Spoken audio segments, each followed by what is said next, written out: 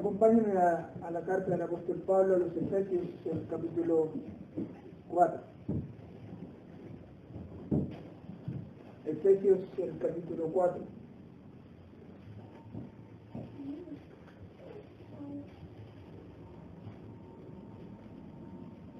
Versículo 17.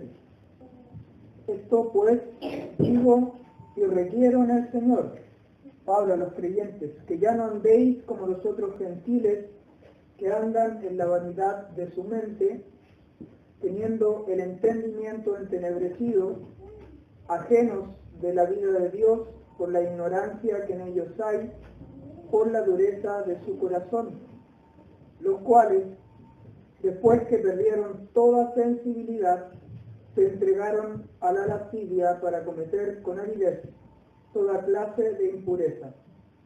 Mas vosotros no habéis aprendido así a Cristo, si en verdad le habéis oído y habéis sido por él enseñados, conforme a la verdad que está en Jesús. En cuanto a la pasada manera de vivir, despojaos del viejo hombre que está viciado conforme a los deseos engañosos, y renovaos en el espíritu de vuestra mente, y vestidos del nuevo hombre, creado según Dios, en la justicia y santidad de la verdad. Hasta aquí por el momento de la lectura. Señor, esté añadiendo su bendición y la sabiduría que necesitamos para poder comprender lo que Él nos enseña. Hemos estado por algunas reuniones meditando en la mente, en nuestra mente. En primera instancia decíamos que, o veíamos que la mente es algo importante en todo ser humano. Mencionábamos también que algunos dividen al hombre en mente, cuerpo y alma. Una división no escritural, pero que tiene bastante sentido porque para Dios la mente es algo tremendamente importante. Aquel pasaje que citábamos en alguna oportunidad que dice: dame, hijo mío, tu corazón, o mejor dicho, otro pasaje que dice: sobre toda cosa guardada, guarda tu corazón, porque de él mana la vida. Esa palabra que se usa ahí para que se traduce como corazón, en realidad es una palabra que está relacionada al entendimiento, a nuestra mente, al centro de nuestros pensamientos. Y si Dios nos pide que le demos nuestra mente y que guardemos nuestra mente, tendrá alguna importancia no menor en nosotros. Veíamos también que podríamos comparar la mente del creyente y la mente del incrédulo, aquel que no cree, y nos vamos a encontrar con dos mentes, con dos maneras de pensar absolutamente distintas. Polo opuesto. Un inconverso no puede pensar en las cosas espirituales, en las cosas celestiales. No, o más que no poder pensar en eso, no las puede entender. El apóstol Pablo a los Corintios les dice que el hombre natural no percibe las cosas de Dios y no las puede entender, porque para él son locura. No las puede entender porque se han de discernir a través de cosas espirituales, a través del Espíritu. ¿Y qué más que dice más adelante, aquellos que recuerdan ese pasaje? Mas vosotros tenéis la mente de Cristo. ¿Por qué entonces un incrédulo no puede entender, no puede llegar a comprender por qué incluso las cosas espirituales, las cosas de Dios son locura? ¿Por qué? Porque tiene una mente distinta a la mente que tiene un inconverso. Entonces no le pidamos no hagamos entender a un inconverso y decirle: no, pero si esto es lo correcto, porque no va a entender Incluso va a pensar que eso que le estamos diciendo es una locura, que nosotros somos fanáticos, que estamos locos. Es por eso que la obra la hace Dios por medio de su Santo Espíritu, quien convence de pecado, de justicia y de juicio. No tratemos nosotros de hacer entender a una persona, o que comprenda, o que tenga la misma manera de pensar nuestra, porque no puede. No puede comprender las cosas espirituales, porque no tiene la mente de Cristo. Veíamos la diferencia. Y decíamos también que la mente de todo ser humano determina la conducta de todo ser humano. Y si decíamos que un creyente y un inconverso tienen mente distinta, también podríamos decir que un creyente y un inconverso actúan de manera distinta. ¿Por qué? Porque la mente determina nuestra conducta. Son nuestros pensamientos los que definen cómo soy yo, cómo me comporto yo, cómo me conduzco yo, cómo actúo yo. Son mis pensamientos los que determinan cómo yo soy, con quién me relaciono. Antes de yo determinar o decidir con quién voy a compartir un tiempo, en mi mente yo hago un análisis, traigo a mi mente pensamiento y digo, si me convendrá o no, será bueno que comparta con esta persona. Y esos pensamientos que yo albergo en mi mente determinan finalmente la decisión que yo voy a tomar. Sí, me voy a relacionar con esta persona, voy a tomar esta decisión, voy a ir por este camino. Luego de que yo traza mi mente, o de que mi mente, mejor dicho, creó pensamientos que determinaban a futuro mi manera de comportarme, mi conducta. Entonces, esta es una explicación bien lógica de por qué vemos en los inconversos la conducta que vemos.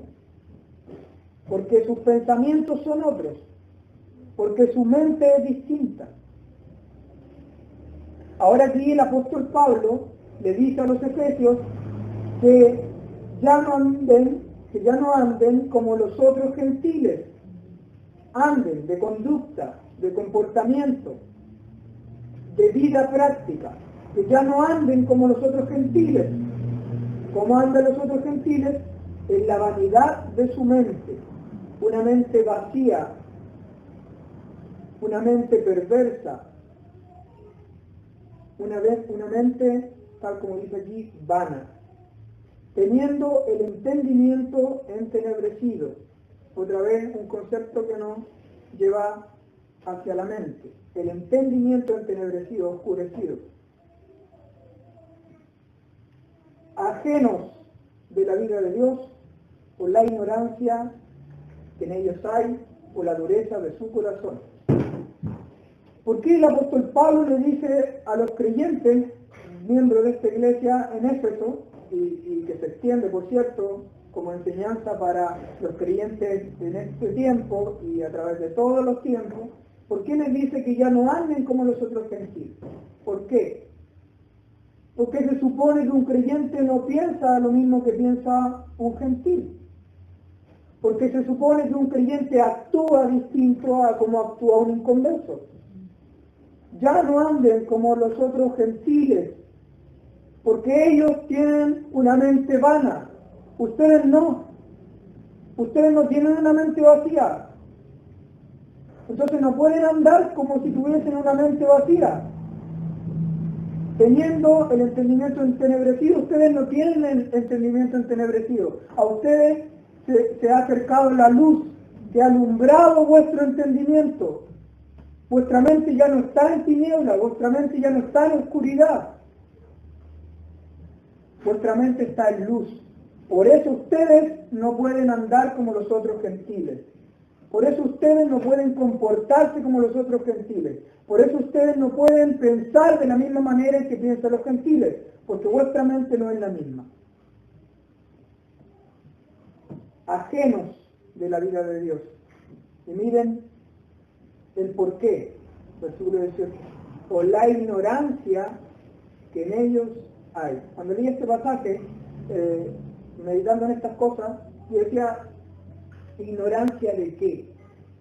¿Cuál es la ignorancia que hay en los gentiles? Que se supone que los creyentes no tienen esta ignorancia. No son ignorantes, pero ¿en qué? Bueno, la palabra que se usa aquí, que dice, que se traduce como ignorancia, tiene que ver con no conocer. Literalmente, no conocer. Eso es una persona cuando a veces se nos dice, bueno, creo que digamos, decir, así que voy a decir, se nos dice que somos ignorantes en algún tema, lo que nos están queriendo decir, para que no nos ofendamos tanto cuando nos digan eso, es que no conocemos algo, simplemente eso. Porque a mí me dicen, oye, Yerko, tú eres súper ignorante en medicina. Yo no tengo por qué ofenderme si yo no conozco nada de medicina. Eso es ignorancia, no conocer algo. Pero aquí se dice que ellos tienen el entendimiento entenebrecido, que están ajenos de la vida de Dios, o antes mejor dicho, que andan en la vanidad de su mente, tienen el entendimiento entenebrecido, y que están ajenos a la vida de Dios. ¿Y cuál es la explicación? Por la ignorancia que en ellos hay. O sea, porque no conocen algo. ¿Qué es lo que no conocen? ¿Qué creen ustedes, hermanos, los varones, que me puedan responder? ¿Qué creen ustedes? Que los inconversos no conocen y por eso tienen un entendimiento entenebrecido, tienen una mente vana y andan en la vanidad de su mente. ¿Qué es? ¿Qué es lo que no conocen? Ignorancia de Dios. Ignorancia de Dios. No conocen nada de Dios y podríamos, para reducir el círculo, no conocen nada de la palabra de Dios. Dios se muestra, se revela a través de su palabra. No conocen nada de Dios porque no conocen nada de su palabra. Entonces su mente es vana. ¿Cómo Dios nos alumbró nuestro entendimiento, hermanos? ¿Por medio de qué? De la palabra de Dios. Fue a través de su palabra que Él trajo luz a nuestra vida. Para reconocer a Cristo como nuestro Señor y Salvador, fue necesario que antes se nos predicase la palabra de Dios. No se nos contó una historieta a nosotros. Se nos predicó el Evangelio, se nos predicó la palabra de Dios, se nos predicó a Cristo, que está, como mencionábamos durante la reunión en la mañana, que está impreso en cada hoja de las Escrituras.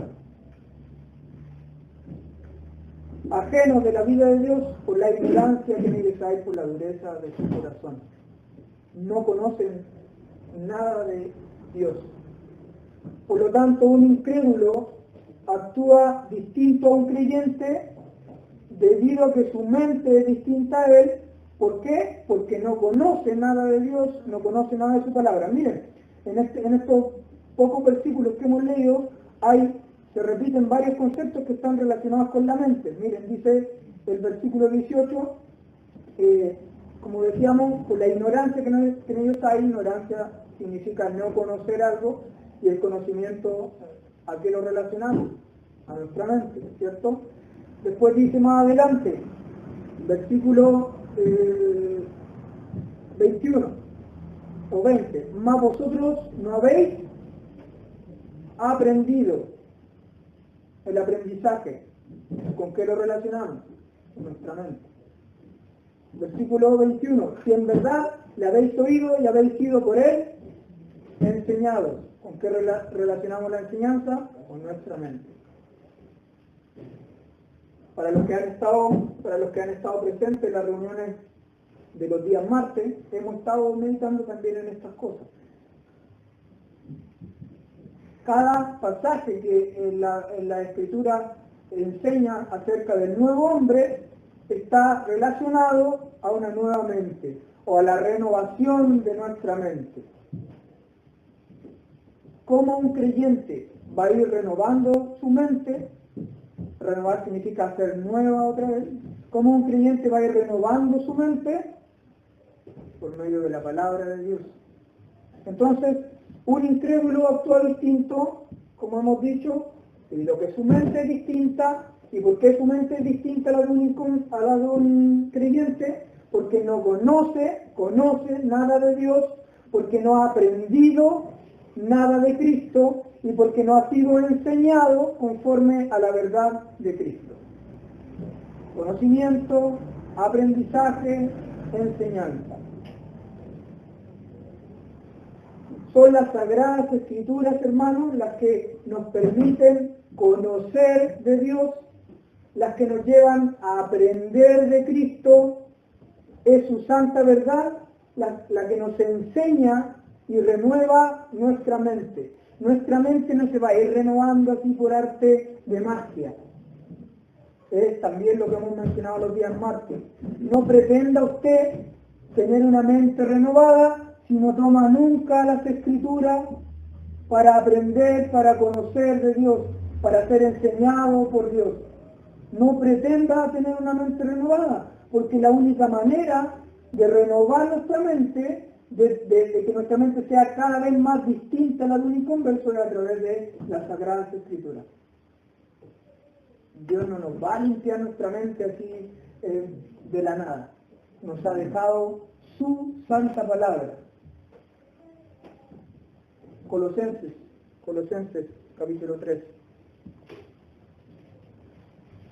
Claramente no vamos a poder terminar nuevamente con el tema, así que si Dios lo permite el jueves vamos a decir las últimas cosas. Colosenses capítulo 3, versículo 16. Dice 3:16. La palabra de Cristo more en abundancia en vosotros, enseñándoos y exhortándoos unos a otros en toda sabiduría. La palabra de Cristo more en abundancia en vosotros. Ya explicábamos, ¿cierto?, a qué se refiere esta frase. Que la palabra de Cristo more en abundancia. Que habite ricamente, en riqueza en nuestra mente. Que llene completamente nuestra mente. Que estemos saturados, colapsados de la palabra de Dios en nuestra mente. A veces estamos colapsados de otras cosas, pero lejos estamos de estar con mente saturada de la palabra de Dios. Y lo explicamos de la siguiente manera. Yo lo entiendo así, de una manera sencilla. Dice la palabra de Cristo, habite ricamente en vosotros. Y yo decía ricamente una persona rica. Una persona rica es una persona que, en cuanto a necesidades materiales, está exenta. No tiene necesidades materiales una persona que está rica. Tiene todo lo que necesita en cuanto a bienes materiales. Tiene todo lo que necesita una persona rica. Entonces cuando aquí me dice el apóstol Pablo, o el Espíritu Santo a través del apóstol Pablo, la palabra de Cristo o la palabra de Dios habite ricamente en vosotros, lo que yo entiendo con esto es que tiene que llegar a un punto en que mi mente no necesite más de la palabra. Que habite ricamente, que seamos, disculpando si es que ofendo a algunos, pero lo voy a decir porque se entienda, cabezones en cuanto al conocimiento de la palabra de Dios, que la palabra de Dios habite en abundancia en nosotros. Bueno, esto es difícil. ¿Por qué es difícil? Porque nunca vamos a llegar a comprender todos los tesoros que están aquí guardados para nosotros. De hecho, yo me atrevería a decir que incluso no hemos leído toda la palabra de Dios. Me atrevería a decir. Entonces, si ni siquiera he leído toda la palabra de Dios,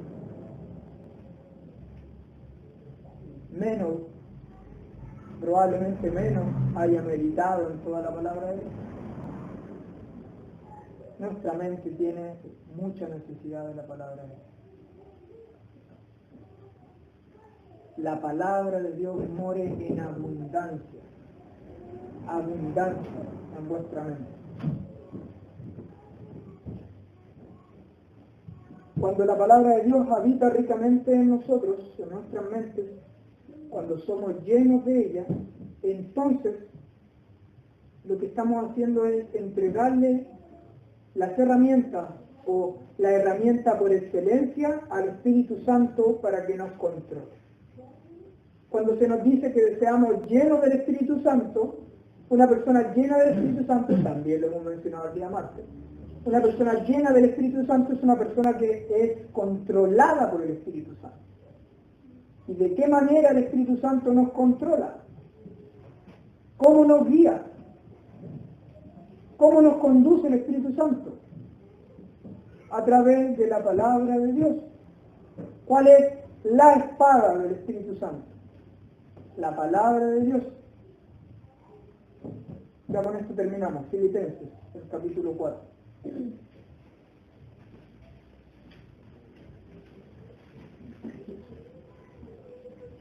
Filipenses, el capítulo 4. Versículo 6. Dice, por nada estéis afanosos, si no sean conocidas vuestras peticiones delante de Dios en toda oración y ruego con acción de gracias. 7. Y la paz de Dios, que sobrepasa todo entendimiento, guardará vuestros corazones y qué más, y vuestros pensamientos en Cristo Jesús. A veces nos quedamos ahí, pero noten lo que dice el versículo 8. Por lo demás, hermanos, todo lo que es verdadero, todo lo honesto, todo lo justo, todo lo puro, todo lo amable, todo lo que es de buen nombre, si hay virtud alguna, si hay algo digno de alabanza, en esto pensad. En esto pensad. Lo que aprendisteis y recibisteis y oísteis y visteis en mí, esto haced. Pensad y después ¿qué? Haced. Y el Dios de paz estará con vosotros.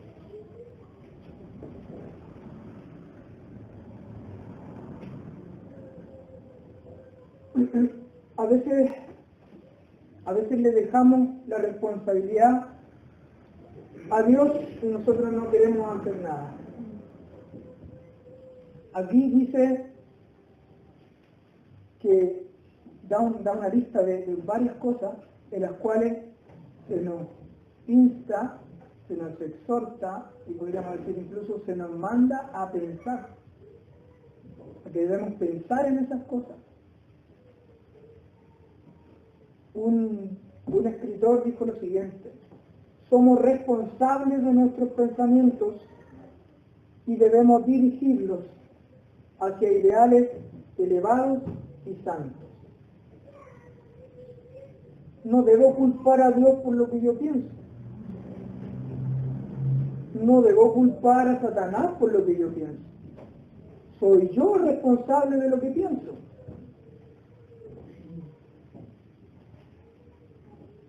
Cada uno de los que estamos acá es responsable de lo que hay en su mente, de lo que llena su mente.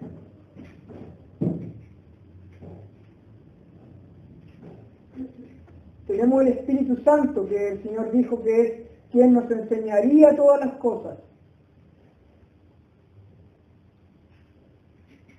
Pero no nos podrá enseñar si no buscamos de la palabra de Dios. Si no buscamos en comunión a Dios, en oración. Este pasaje que leíamos en Filipenses habla también de la oración. Tenemos mentes, hoy día, tenemos mentes capacitadas para comprender la palabra de Dios. Una mente de una persona incrédula no puede comprender la palabra de Dios. Nosotros tenemos la mente de Cristo. Sí podemos comprender las cosas de Dios. Sí podemos, si yo estoy pensando algo, sí puedo dirigir eso que yo estoy pensando y que no está correcto, sí puedo dirigirlo hacia lo correcto. ¿A través de qué? A través de la palabra de Dios. Sí podemos. Dios nos ha dado las herramientas. Las tenemos a nuestro alcance. Tenemos todo lo necesario para renovar nuestra mente, para que nuestra mente sea nueva, que sea quitado todo aquello que no es provechoso y que pueda entrar en nuestra mente todo aquello que sí edifica, que sí es de bendición. Somos todos y cada uno de los que estamos acá responsables de nuestros pensamientos. Y como decíamos al principio, tengamos bien presente que son nuestros pensamientos los que van a determinar cómo yo me voy a comportar. Si usted tiene conductas que no son correctas, una pregunta previa que debes hacerse es: ¿qué llena su mente? ¿Qué hay en su mente que ha determinado que usted se comporte de esta manera incorrecta? Porque somos nosotros responsables de nuestros pensamientos.